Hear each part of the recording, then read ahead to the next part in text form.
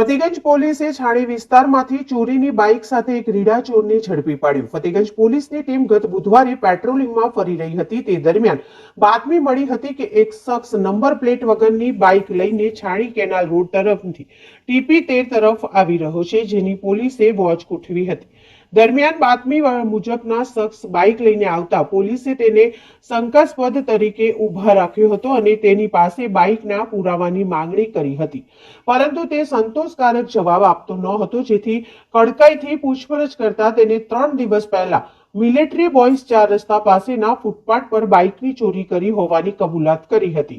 અગાઉ પણ તેને કારેલીબાગ બ્રાઇટ સ્કૂલ પાસેથી, ગેંડા સર્કલ પાસે બ્રિજ નીચે તથા વાઘોડિયા તાલુકાના પીપળિયા ગામે ધીરજ હોસ્પિટલ પાસેથી 3 બાઇકની ચોરી કરી હતી તેવી કબૂલાત કરી હતી।